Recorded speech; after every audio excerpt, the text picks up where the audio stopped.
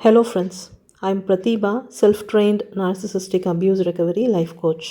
நச்சுகளோட bad இன்டென்ஷனை identify பண்ண முடியாமல் அவங்களோட மேனிப்புலேஷனுக்கு எதனால் ஒருத்தர் இரையாகிறாங்க, நச்சுகள் அவங்களோட இரையை எப்படி கரெக்டாக மோப்பம் பிடிக்கிறாங்க அப்படிங்கிறத பற்றி தான் இந்த பதிவில் நம்ம தெரிஞ்சுக்க போகிறோம்.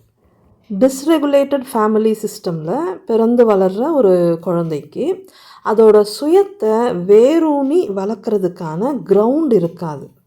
அதாவது அந்த குழந்தையோட மென்டல் க்ரோத்துக்கான எமோஷ்னல் அண்ட் மாரல் சப்போர்ட் கிடைக்காது.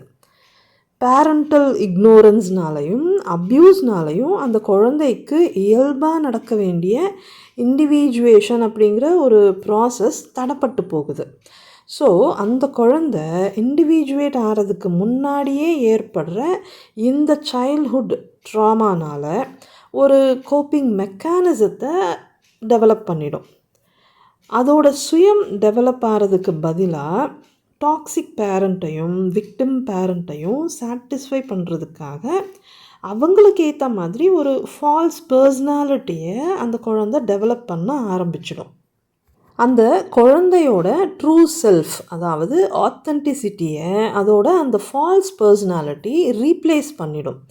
அந்த குழந்தைக்கு விவரம் தெரியறதுக்கு முன்னாடி இருந்தே அந்த ஃபால்ஸ் பர்சனாலிட்டி டெவலப் ஆக ஆரம்பிச்சுடுறதுனால அதோட அந்த ஆத்தென்டிசிட்டியை பற்றின ஒரு ரெக்கக்னைசேஷனே இல்லாமல் அந்த ஃபால்ஸ் பர்சனாலிட்டியோடவே அது வளர ஆரம்பிச்சிடும். அந்த குழந்தையோட சர்வைவல்காக பொய்யா புனைக்கப்படுற அந்த ஃபால்ஸ் பர்சனாலிட்டி ஸ்ட்ராங்காகவும் இருக்காது, ஸ்டேபிளாகவும் இருக்காது. அந்த ஃபால்ஸ் பர்சனாலிட்டி எப்போவும் ஒரு ஆசிலேஷன்லேயே இருக்கும். இந்த சைக்கலாஜிக்கல் ரீசன்னால் தான் டிஸ்ரெகுலேட்டட் ஃபேமிலி சிஸ்டமில் பிறந்து வளர்கிறவங்களுக்கு இமோஷ்னல் ஸ்ட்ரென்த்தும் இன்டெலிஜென்ஸும் டெவலப் ஆகாமல் சைல்ட்ஹுட்லேயே தடப்பட்டு போகுது. இப்படி வளர்கிறவங்க ஆப்வியஸ்லி அவங்க அடல்ட் ஆன பிறகும் இமோஷ்னலி ஸ்டேபிளாகவும் ஸ்ட்ராங்காகவும் இருக்க மாட்டாங்க. இந்த இமோஷ்னல் ஸ்ட்ரென்த்துங்கிறது ஒருத்தரோட மென்டல் ஸ்ட்ரென்த்தும் செல்ஃப் அவேர்னஸும் டெவலப் ஆகிறதுக்கான ஒரு ஃபவுண்டேஷனாக செயல்படுது. பட் டிஸ்ரெகுலேட்டட் ஃபேமிலி சிஸ்டமில் வளர்கிறவங்களுக்கு இந்த இமோஷ்னல் ஃபவுண்டேஷன் ப்ராப்பராக டெவலப் ஆகாமல் தடப்பட்டு போகிறதால அவங்களோட மென்டல் ஸ்ட்ரென்த்தும் செல்ஃப் அவேர்னஸும் ப்ராப்பராக டெவலப் ஆகாமல் அதுலேயும் தடங்கள் ஏற்படுது. இதோட செயின் ரியாக்ஷனாக அவங்களோட டெசிஷன் மேக்கிங் ப்ராசஸ் டிஸ்டர்ப் ஆகும். இமோஷ்னல் பவுண்ட்ரிஸ் வீக்காக இருக்கும். இந்த இமோஷ்னல் டிஸ்ரெகுலேஷன்னால் அவங்கக்கிட்ட ஒரு அன்ஹெல்தி பிஹேவியர் பேட்டர்ன் டெவலப் ஆகும். பீப்புள் ப்ளீஸிங் பிஹேவியர், மற்றவங்களோட ப்ராப்ளம்ஸை தன்னோட தோளில் தூக்கி சுமக்கிறது, மற்றவங்க சொல்கிற பொய்யை ஈஸியாக நம்புறது, மற்றவங்களோட சிம்பத்தி ட்ராமாவுக்கு ஈஸியாக இன்ஃப்ளூயன்ஸ் ஆகிறது, மற்றவங்களை நம்பி அவங்கக்கிட்ட பர்சனல் இன்ஃபர்மேஷனை ஷேர் பண்ணுறது, பீஸ் மேக்கராக இருக்கிறது, நிறைய விட்டு கொடுத்து போகிறது, மற்றவங்க செய்கிற தப்பை ஈஸியாக மன்னிச்சிடுறது, அநியாயத்துக்கு ஃப்ளெக்சிபிளாக இருக்கிறது, இதெல்லாம் இமோஷ்னலி டிஸ்ரெகுலேட்டடாக இருக்கிறவங்களோட பிஹேவியர் பேட்டர்ன். இந்த பிஹேவியர் பேட்டர்னை வச்சு நச்சுகள் தனக்கான டார்கெட்டை ஐடென்டிஃபை பண்ணிடுவாங்க.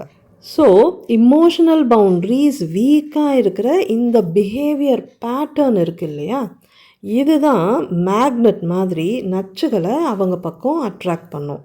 ஆல்ரெடி செல்ஃப் அவேர்னஸ் இல்லாத காரணத்தினால நச்சுகளோட மேனிப்புலேஷனை ஐடென்டிஃபை பண்ணுற கெப்பாசிட்டியும் அவங்களுக்கு இருக்காது. ஸோ நார்சிசிஸ்டிக் மேனிப்புலேஷனுக்கு ஈஸியாக பலியாயிடுவாங்க. ப்ரெடேட்டர்ஸ் அதோட இரையை மோப்பம் பிடிச்சி வேட்டையாடி பசியை தீர்த்துக்கிற மாதிரி நச்சுகள் எமோஷ்னலி வீக்காக இருக்கிறவங்கள மோப்பம் பிடிச்சி மேனிப்புலேட் பண்ணி அவங்களோட செல்ஃப் சென்ட்ரிக் நீட்ஸை சாட்டிஸ்ஃபை பண்ணிப்பாங்க.